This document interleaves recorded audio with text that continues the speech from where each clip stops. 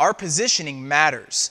If we're all hunched over on the assault bike like this, or we're hunched over on the C2 bike like this, what we're doing to this thorax and this respiratory system is we're closing it down and we're making it way harder for us to get air and oxygen into our system in order to allow our muscles to contract for longer periods of time.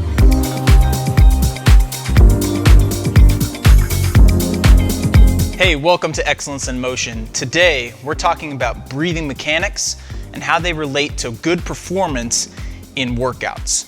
First, we need to understand what are the components of breath, how does it work, and why that's important for understanding how to control it when we're in workouts. So when we look at the respiratory system, the big players here are the lungs and the diaphragm. The diaphragm is just a flat, dome sort of shaped muscle that lies beneath the lungs and separates our abdomen from our thorax. This is a really important muscle because when it contracts, it creates a negative pressure which pulls air in from the outside, and then when it relaxes, it creates a positive pressure that pushes air out. This muscle plays a huge part in not only our ability to breathe effectively, but also to maintain good breathing in specific postures when we're working out or when we're doing anything else throughout the day. So when we look at the pressure system that is the respiratory system, we not only have the diaphragm, but we also have accessory muscles like our traps, our scalenes, our serratus anterior, our pecs, and our pelvic floor muscles that create this sort of soda can that is the pressure system of our body. You know, we sort of have these top areas, the top of the lungs, where those muscles are that help that accessory breathing, and then the pelvic floor down at the bottom that creates a bottom pressure that helps to keep things moving effectively. So when we tie this into workouts, for me personally, the best example to show good posture for breathing is the ski erg, and I'll show you why here in a second. When we breathe in workouts, I see a lot of athletes, when they get fatigued, go into this sort of accessory breathing pattern, which is not only inefficient, but also extra tiresome when you're already fatigued from the workout. You're throwing in all of these extra muscles that require contractions, and it's gonna take away from your energy to finish properly. Instead, what we wanna see is good diaphragmatic breathing that's controlled through the stomach and not through the shoulders. So what that looks like is if I were to stand sideways, on breathing in, you should see my stomach expand, and then when I breathe out, my stomach will contract.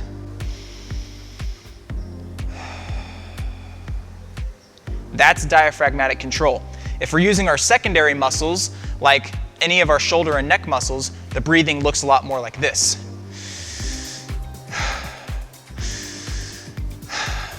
Which is a lot more taxing on the body and makes it difficult to stay efficient in workouts. So when we look at the ski erg, it's important to note that we come back and forth between moments of full extension and moments of global flexion. How we want to mimic our breath in something like this is such that when we're in this global extension pattern, this is when we're allowing our diaphragm to breathe in and let that air come in, because we've created so much more space for air to occupy with an open thorax. On the contraction, on our way down, when we get close to down this position, this is when we want to be breathing out, allowing that diaphragm to relax and push air out of our lungs. Okay? So performance-wise, in a ski erg, when you're high like this is where we want breathing in, and then on the down is where we're breathing out. So as we finish all the way through. The same can be said when we're on something like the bike erg or the assault bike. Our positioning matters.